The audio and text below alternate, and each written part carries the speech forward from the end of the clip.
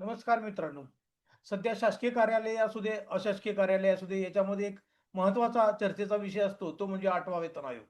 आणि 8वा वेतन आयोगाचा विषय निघाला, की त्याच्यामध्ये पहिला शब्द ऐकायला मिळतो, तो म्हणजे फिटमेंट फॅक्टर, की फिटमेंट फॅक्टर काय असेल? मीडियावर या बाबतीत भरपूर व्हिडिओ व्हायरल होतात, की फिटमेंट फॅक्टर 3 आहे का 4 आहे का 2 पॉइंट समथिंग आहे. असे बरेच आकडे लगेच तिथं काढून दिले जातात, की समजा 18,000 वेतन असेल, तर त्याला 3 ने मल्टिप्लाय केलं तर किती बेसिक होणार? वगैरे, वगैरे असे बरेच आकडे येतात आणि त्यात खरं काय, खोटं काय, नक्कीच हे आकडे असे येणार आहेत का किंवा काय, अशी संभ्रमावस्था लोकांच्या मध्ये निर्माण होते. परंतु आपल्याला हे माहिती पाहिजे, की हा फिटमेंट फॅक्टर म्हणजे नक्की काय आहे? तो येतो कसा? कॅल्क्युलेट करायचा झाला तर आपल्याला देखील तो ढोबळमानाने कॅल्क्युलेट करता येतो का? आणि केला तर आपल्या बऱ्याचशा शंका मिटणार आहेत, की आपल्याला एक लक्षात येईल, की हा फिटमेंट फॅक्टर एका विशिष्ट रेंजमध्येच 8व्या वेतन आयोगामध्ये येऊ शकेल. आणि लांबपर्यंतची चर्चा होते 2, 3, 4 अशी होणार नाही. तर एका विशिष्ट टप्प्यामध्ये आपण पोहोचू शकू, जर आपण त्याचा अभ्यास केला तर. आणि हा अभ्यास करणं सोपं आहे. कारण जर तुम्ही मागच्या सगळ्या आयोगांचा अभ्यास केलात, तर फिटमेंट फॅक्टर काढणं सोपं आहे, असं एक दिसून येतं. आणि फिटमेंट फॅक्टर ही कन्सेप्ट जी आहे, ती ॲक्चुअली 6व्या वेतन आयोगापासून आली. आणि 6व्या 7व्या मध्ये वापरली आणि त्यामुळे आता 8व्या मध्ये पण ती वापरली जाणार आहे, असं ग्राह्य धरून त्याच्यावर चर्चा चाललेली आहे. मात्र यापूर्वी होतं का? तर यापूर्वी फिटमेंट फॅक्टर नव्हता. मात्र फिटमेंट फॅक्टरची व्याख्या ज्या पद्धतीने केली जाते, की सुधारित जे वेतन आहे आणि असुधारित वेतन यांचा रेशो घ्यायचा आणि तो म्हणजेच फिटमेंट फॅक्टर ठरणार आहे. तर जुन्यामध्ये सुद्धा म्हणजे 4था वेतन आयोग असू दे, 5वा असू दे, याच्यामध्ये हा प्रकार होताच. फक्त तिथं पर्टिक्युलरली तो अंक असा घेऊन पगार कॅल्क्युलेट केले गेले नव्हते. एवढाच फरक आहे. आणि आता मात्र काय केलेलं आहे, की हा विशिष्ट आकडा घेऊन जुन्या पगारावरून नवा पगार कॅल्क्युलेट केला जातो आणि म्हणून इथं वेटेज आहे ते फिटमेंट फॅक्टर या एका अंकासाठी, की तो अंक किती असेल, की जेणेकरून आपण आपल्या जुन्या पगाराला गुणलं, की आपल्याला आपला नवा पगार मिळणार आहे. तर आपण सुरुवात करणार आहोत. फिटमेंट फॅक्टर म्हणजे काय? त्याच्यानंतर 6व्या वेतन आयोगामध्ये फिटमेंट फॅक्टर किती होता आणि तो कसा कॅल्क्युलेट केला गेला असेल, हा एक विचार आपल्याला करावा लागेल. तसंच 7व्या वेतन आयोगामध्ये फिटमेंट फॅक्टर आला. हा फिटमेंट फॅक्टर सुद्धा कसा कॅल्क्युलेट केला गेला असेल, याच्यावर आपण एक चर्चा करूया. आणि त्यानंतर आपण वळूया, की 8व्या वेतन आयोगामध्ये मग फिटमेंट फॅक्टर काय असेल. मला वाटतं हा व्हिडिओ तुम्हाला निश्चितपणे आवडेल. तर तुम्ही या चॅनेलला सबस्क्राईब करून ठेवा. वेतन आयोग म्हटलं, की तुम्हाला लक्षात असेल, की हा कालावधी एक 10 वर्षानंतर येतो. म्हणजे 1966, 1976, 1986, त्यानंतर 1996, 2006, 2016 आणि आता लागू होणार आहे तो 2026. या पद्धतीनं वेतन आयोग लागू होत आले. म्हणजे दर 10 वर्षानंतर ही पे सिस्टीम रिवाईज होते. आणि ती रिवाईज कशी होते, तो आपल्याला अभ्यास करायचा आहे. पहिल्यांदा फिटमेंट फॅक्टर या शब्दासाठी आपण वळतोय 6व्या वेतन आयोगाकडे. तर 6व्या वेतन आयोगामध्ये आपण घ्या, की आपला हा सुधारित पगार आहे. त्याला असुधारित वेतनानं म्हणजे 5व्या वेतन आयोगाच्या वेतनानं भागलं, की जो अंक येईल त्याला आपण म्हणणार आहे फिटमेंट फॅक्टर. किंवा तुम्ही असंही म्हणा, की जुना पगार घेतला आणि त्याला ज्या अंकानं तुम्ही गुणणार आहात, तो अंक म्हणजे फिटमेंट फॅक्टर आणि तो गुणाकार झाल्यानंतर जो अंक तयार होईल, तो म्हणजे तुमचा सुधारित पगार, असंही तुम्हाला म्हणता येईल. मात्र 6व्या वेतन आयोगामध्ये अजून एक मॉडिफिकेशन केली आणि ती म्हणजे, की जो वेतन आहे ते 10च्या पटीमध्ये ठेवण्यात आलं. म्हणजे याच्यापूर्वी रुपयाच्या पटीमध्ये वेतन असायचं. अगदी सुरुवातीच्या आयोगामध्ये म्हणजे 2ऱ्या-तिसऱ्यामध्ये वेतन हे पैशामध्ये पण असायचं. नंतर पैसा बंद करून रुपया आला. रुपयानंतर आता ₹10 आले आणि 7व्या वेतन आयोगामध्ये ₹10च्या ऐवजी ₹100 झाले. अपेक्षा करूया की 8व्या वेतन आयोगामध्ये 1000 व्हावेत. मी तुम्हाला आता सांगितलं, की सुधारित वेतन भागिले असुधारित वेतन म्हणजे फिटमेंट फॅक्टर. आता आपण कॅल्क्युलेट करूया 6व्या वेतन आयोगामध्ये फिटमेंट फॅक्टर 1.86 का आला? हे समजून घेण्यासाठी आपण एक अंक घेऊया, की हा माझा बेसिक पे आहे. उदाहरणार्थ घ्या 100 रुपये मूळ वेतन आहे. आता 1/1/2006 रोजी डीए किती होता हे काढावं लागेल आपल्याला. तर 1/1/6 रोजी डीए हा मूळ वेतनामध्ये मर्ज केला होता 50%. म्हणजे त्याला आपण म्हटलं डिअरनेस पे. म्हणजे बेसिक पे जर 100 रुपये झाला तर डिअरनेस पे हा 50 रुपये होता. आणि त्याच्यावर आपल्याला डीए द्यायचा आहे. म्हणजे बेसिक पे वर पण आणि डीपी वर पण. आता हा किती टक्के होता? तर तो होता 21%. ओके. परंतु वेतन निश्चितीसाठी तो 24% धरलेला होता. तुम्ही पेन्शनचा जी आर काढला तरी त्याच्यामध्ये लक्षात येईल की त्यांचं फिक्सेशन करताना सुद्धा तो विचार केला होता. फक्त 6व्या वेतन आयोगामध्ये आपल्या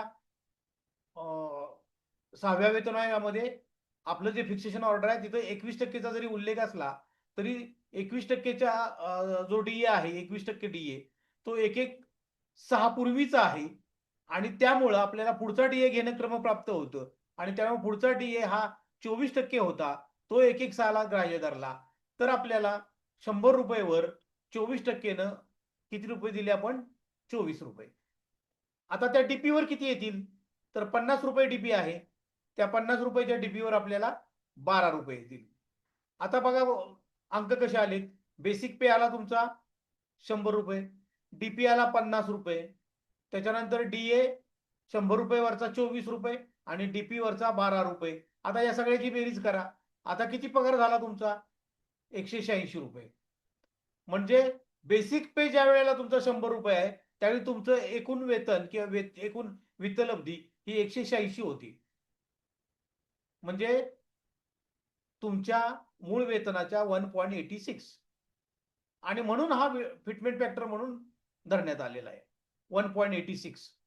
म्हणजे आता जे कन्फ्युजन होतं आपल्यामध्ये आणखी एक की 1.86 टाइम्सनं पगार वाढला. पण घडतं कसं प्रत्यक्षात बघा की मूळ वेतन 100 रुपये आहे. सुधारित वेतन 186 रुपये जरी झालं तरी तुम्ही घेत होता तो पगार जर तुम्ही बेरीज केली तुमची वित्तलब्धी तर तुमची 186 होतीच. 186 तुमची वित्तलब्धी ऑलरेडी आहे. आणि नवीन आयोगामध्ये फक्त बेसिक पेला 100 म्हणायच्या ऐवजी तुम्ही 186 म्हटलेला आहात आणि डीए 0 झालेला आहे. म्हणजे 186 रुपये बेसिक पे 10च्या पटीत केला तर 190 रुपये होईल. आणि डीए 0 म्हणजे किती झाले? 190 रुपये. म्हणजे 190 रुपये तुमचा सुधारित पगार झाला ज्या वेळेला तुमची जुनी वित्तलब्धी 186 रुपये होती. जुना पगार नव्हे, जुना बेसिक पे नव्हे. जुना बेसिक पे फक्त बघितला तर तो 100 रुपये आहे आणि वित्तलब्धी बघितली तर 186 आहे आणि सुधारित होते फक्त किती? 190 रुपये. असा छोटासाच फरक त्यात पडला होता. म्हणजे ऍक्च्युली वेतन आयोगामुळे बदल जाणवला नाही तिथं. मग बेनिफिट कुठं दिला हा भाग आला. तर या 6व्या वेतन आयोगामध्ये हा बेसिक पे सोडून वेतनाची सुधारणा झाल्यानंतर त्याच्यामध्ये अकॅडमिक ग्रेड पे ज्याला आपण एजीपी म्हणतो तो ऍड केला. आणि तो कसा केला? तो कुठली टक्केवारी लावली नाही तर ती वेतन श्रेणी कोणती आहे त्या वेतन श्रेणीला एवढा ग्रेड पे. म्हणजे आता क्लास 4 मध्ये समजा 2550 3200 वेतन श्रेणी घेतली तर त्याला तुम्ही किती लावला? 1300 रुपये लावला. 4000 6000 घेतला फॉर एक्झाम्पल तर त्याला समजा 2400 लावला. अशा वेगवेगळ्या वेतन श्रेणींना वेगवेगळे एजीपी लावले आणि तो एजीपी हाच खरं 6व्या वेतन आयोगातला बेनिफिट होता. आणि मग तुम्ही काढा की जो एजीपी तुम्हाला मिळाला तो बेसिक पेच्या किती टक्के आहे ती खरं जर तुमची आलेली खरी वाढ आहे लक्षात. आणि इथं पाहताना आपण किंवा मीडियामध्ये आपण बघताना 1.86 टाइम्स सॅलरी वाढली. परंतु तसं नाही ते. तर ते तुमची ग्रॉस बघितली ग्रॉस सॅलरी आणि सुधारित पगार तर त्याच्यामध्ये तफावत तिथं नाहीच आहे. ओके. आणि इथं बेनिफिट द्यायचा होता तो कसा दिला तर एजीपीच्या स्वरूपामध्ये दिला. आता एजीपीच्या स्वरूपामध्ये नोकरीत असणाऱ्या लोकांसाठी बेनिफिट दिला. तर मग जे नोकरीत नाहीत म्हणजे पेन्शनर त्यांचं काय केलं तर त्यांच्यासाठी काय केलेलं आहे पहा की बेसिक पे घेतला, डीपी घेतला, डीए घेतला 24% आणि बेसिक पेच्या 40% कन्सोलिडेटेड वाढ तिथं देण्यात आलेली आहे, अतिरिक्त वाढ, त्याला ऍडव्होक आपण म्हणतो सॅलरी, त्या ऍडव्होक सॅलरी तिथं दिली आणि मग त्याची जी बेरीज येईल, ओके, आणि ती बेरीज जी असेल तर तुम्ही ती काढली म्हणजे 100 रुपये, त्यानंतर 50 रुपये, 32 रुपये, सॉरी 24 रुपये आणि 12 रुपये, आणि त्यांची बेरीज केली आणि त्याच्यामध्ये पुन्हा 40 मिळवले तर साधारणतः 226 रुपये होतात, म्हणजे 2.26. म्हणून पेन्शनरच्या पेन्शनला 2.26 ने मल्टिप्लाय करून त्यांना पेन्शन दिली, कारण त्यांना ग्रेड पे नव्हता म्हणून. म्हणजे थोडक्यात काय केलं, 40% जी वाढ दिली ही ऍक्च्युली वेतन आयोगामुळे निर्माण झालेली वाढ आहे, हा भाग लक्षात घ्या. आणि इकडं नोकरीत असणाऱ्या लोकांसाठी ग्रेड पे ही त्यांच्या आयोगामुळे मिळालेली वाढ आहे, हा भाग लक्षात घ्या. फिटमेंट फॅक्टर हा फक्त कशासाठी आला तो तुमच्या लक्षात आला असेल की पे आणि डीए एकत्र केल्यानंतर आपल्याला डीए रिसेट करायचा आहे, तो रिसेट करण्यासाठीचा एक आकडा तिथं काढला गेलेला आहे, हा एवढाच त्यातला महत्वाचा फरक आहे. आता हा तुम्हाला लक्षात आल्यानंतर आपण 6व्या वेतनाकडे वळू. तुम्ही सगळ्या 6व्या वेतनाच्या वेतन श्रेणी चेक करा आणि 5व्या वेतनाच्या पण चेक करा आणि तुम्हाला हा फरक काय आहे तो निश्चितपणे जाणवेल.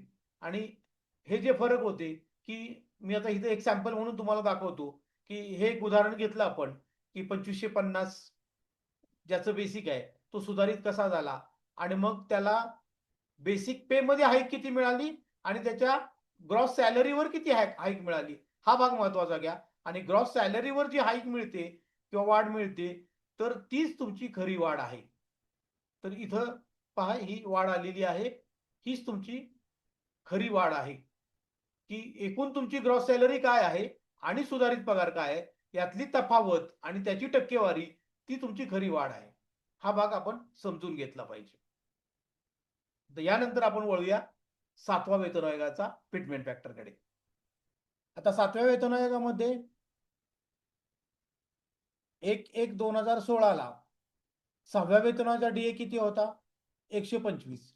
आता पाहिलं तर जुन्या आयोगामध्ये च्या तुलनेमध्ये इथं डीए चांगला वाढलेला आहे, 125 पर्यंत गेलाय, डीए क्रॉस्ड 100, परंतु डीए मर्ज केलेला नाही त्यावेळेला.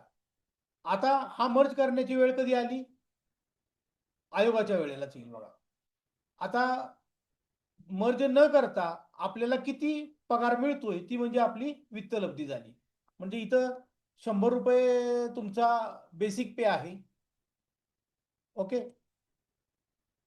आणि 125 रुपये तुमचा डीए आहे, म्हणजे एकूण वित्तलब्धी किती झाली, 225 रुपये झाली. म्हणजे 225 तुमची एकूण वित्तलब्धी झाली. आता काय होणार आहे, डीए मर्ज करायचं ठरवलं तर 100 रुपये पगारामध्ये जाईल, म्हणजे 100 रुपये वेतन आणि 100 रुपये डीपी, आणि त्याच्यावर आपल्याला 125च्या ऐवजी आता 25 रुपये डीए होणार. मग 100 वर आपल्याला 25 रुपये डीए दिला आणि डीपीवर 100 डीपीवर पण 25 रुपये डीए दिला, झाला 250. पण इथं गंमत अशी होती की 125 हा अंक म्हणजे डीए ची टक्केवारी ही 1/1/16च्या आधीचीच आहे. आता 1/1/16 नंतरचा डीए विचारात घ्यायला पाहिजे आपल्याला, तर तो होता 132%. मग 132% डीए विचारात घेतला तर पहा काय होईल, 100 रुपये पगारावर 32 रुपये आणि 100 रुपये डीपीवर पण 32 केला तर याची बेरीज होते 264, म्हणजे आकडा आला असता 2.64. म्हणजे 2.64 ला फिटमेंट फॅक्टर जायला पाहिजे, ओके. दोन्हीवर 25 ठेवला तर 2.5 हा फिटमेंट फॅक्टर व्हायला पाहिजे. पण इथं थोडीशी वेगळं टेक्निक वापरले. इथं मूळ वेतन जे होतं त्याच्यावर 25% डीए ठेवला आणि पुढील येणारा जो डीए आहे 32% तो डीपीवर लावला. आता झाली टोटल 257 आणि हेच टेक्निक वापरलं आणि त्याचा फिटमेंट फॅक्टर काढला आणि तो झाला 2.57. म्हणजे 2.57 हा फिटमेंट फॅक्टर अशा पद्धतीने आला. 100 रुपयेवर 25% डीए धरला आणि 100 रुपये मर्ज करून त्याच्यावर 32% धरला तर तो 257 झाला आणि हा फिटमेंट फॅक्टर आपल्याला घेण्यात आलेला आहे. ओके, म्हणजे 25% डीए दोन्हीला ठेवला असता तर 2.5 आला असता, दोन्हीला 32 ठेवला असता तर 2.64 झाला असता. असं काहीही केलं नाही, त्यातला मधला मार्ग निवडला. आता फरक कुठं पडला हा प्रश्न तुमच्या पुढे असेल. डीए मर्ज केला नव्हता याच्यामुळे इथं फरक पडला या आयोगात. महत्वाचं म्हणजे डीए मर्ज केला असता तर फरकच आला नसता, पण इथं डीए मर्ज केलेला नव्हता आणि त्याच्यामुळे इथं फरक आलेला आहे.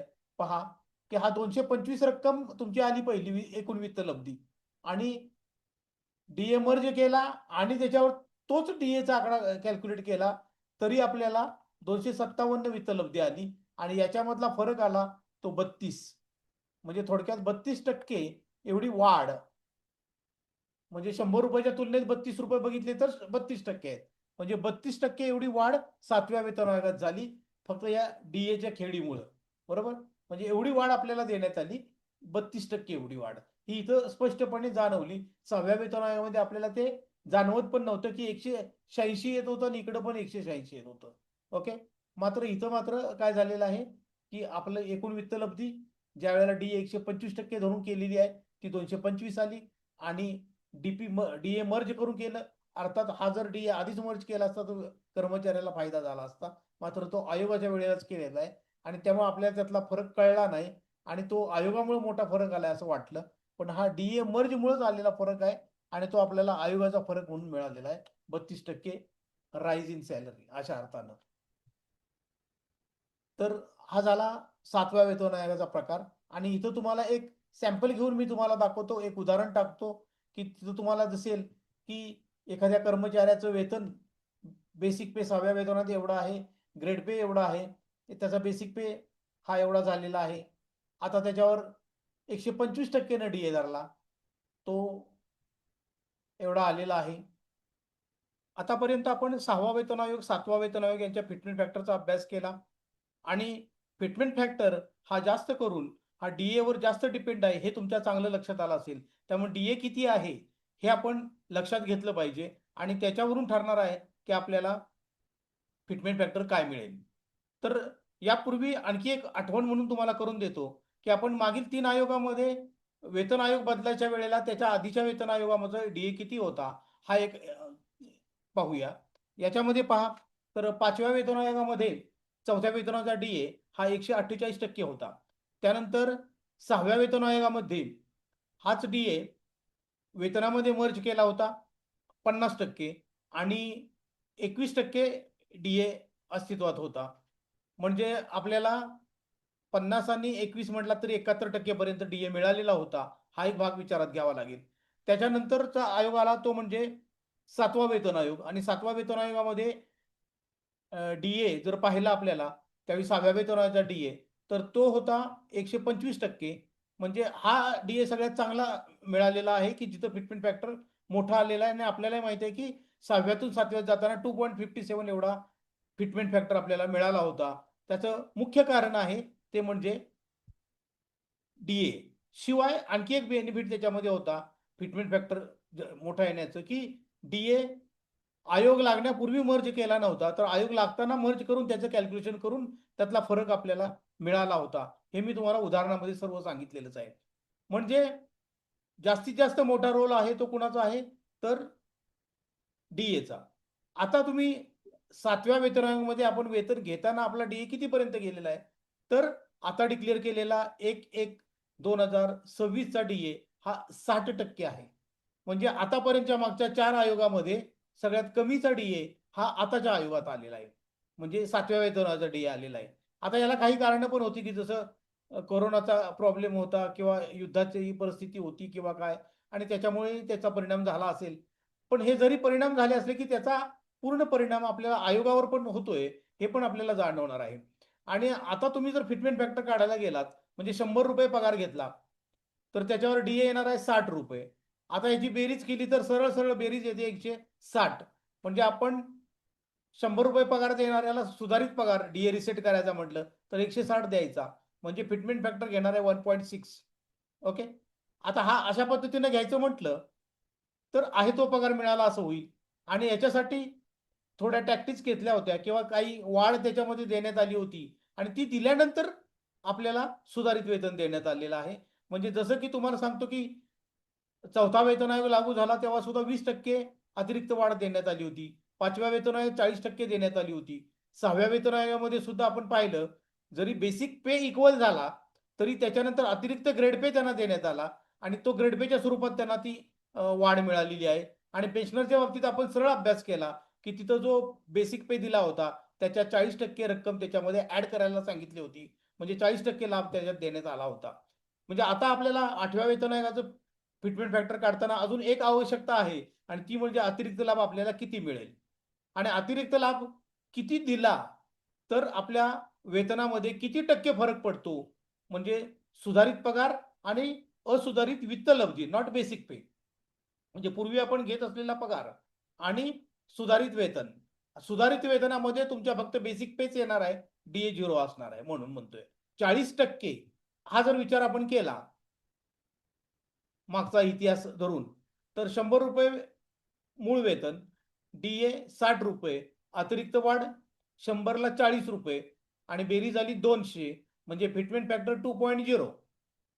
ओके, म्हणजे 8व्या वेतन आयोगामध्ये फिटमेंट फॅक्टर 2.0 हा मिळू शकतो आणि इथूनच सुरुवात होईल. ओके, आता ही 40%ची जी वाढ आहे ती 40% द्यायची का कमी द्यायची का जास्त द्यायची याच्यावर सुद्धा डीएचा परत फरक पडेल. परंतु 40% ही आपण इतिहास विचारात घेऊन दिलेली आहे आता कॅल्क्युलेशन करताना आणि ती 40 धरली तर आपला 2.0 फिटमेंट फॅक्टर येणार आहे. तर हे झालं 2.0. आता 2.1 या लेवलपर्यंत पण आपण पोहोचू शकतो, परंतु कधी तर जो डीए आपण फिक्सेशनसाठी विचारात घेतोय तो 60% घेतोय की जो 1/16/26 दिलेलाच आहे आता. परंतु जर पुढचा डीए विचारात घेऊया असं जर विचारात आलं आणि पुढचा डीए सुदैवाने समजा 4% वगैरे वाढला तर तुम्ही जर कॅल्क्युलेशन केलं ते थोडंसं वेगळं येईल. ते या पद्धतीने येईल पहा. आणि त्यामुळं फिटमेंट फॅक्टर जास्तीत जास्त 2.1 पर्यंत वाढण्याची शक्यता आहे. म्हणजे आपण असं कन्सिडर करायला किंवा विचार करायला हरकत नाही की 8व्या वेतनामध्ये फिटमेंट फॅक्टर हा 2.0 ते 2.1 पर्यंत येऊ शकतो. मात्र नॉट लेस दॅन 1.6 हे मात्र फिक्स असेल, कारण 1.6 ला आता आपण पोहोचलेलोच आहे आणि त्याच्यावर जी काही वाढ मिळणार आहे त्या अनुषंगानं आपल्याला फिटमेंट फॅक्टर येणार आहे. परंतु 3-4 या लेवलमध्ये फिटमेंट फॅक्टर येणं खूप अशक्य आहे. कारण त्याच्यामध्ये सुद्धा तुम्ही जर पाहिलं तर रायझिंग सॅलरी असेल की जुनी वित्तलब्धी आणि नवीन वित्तलब्धी यातली जी तफावत आहे ती जास्त प्रमाणात येते. म्हणजे ती काढून पाहिली मी, ती जास्त प्रमाणात येते आणि त्याच्यामुळं तेवढ्या लेवलपर्यंत वेतन वाढणार नाही. तर फिटमेंट फॅक्टर 2 किंवा 2.1 पर्यंत येईल या बेतानं वेतनाची वाढ होऊ शकते. मी मांडलेल्या मतामध्ये आपल्याला काय वाटतं याबद्दल कमेंटमध्ये निश्चितपणे लिहा. तसेच तुमच्याही काही कन्सेप्ट असतील तर त्याही मांडा. आपण त्यावरही अभ्यास करूया. आणि हा व्हिडिओ आपल्याला कसा वाटला हे कमेंटमध्ये निश्चितपणे लिहा. या व्हिडिओला सबस्क्राईब करा आणि जास्तीत जास्त शेअर करा. धन्यवाद.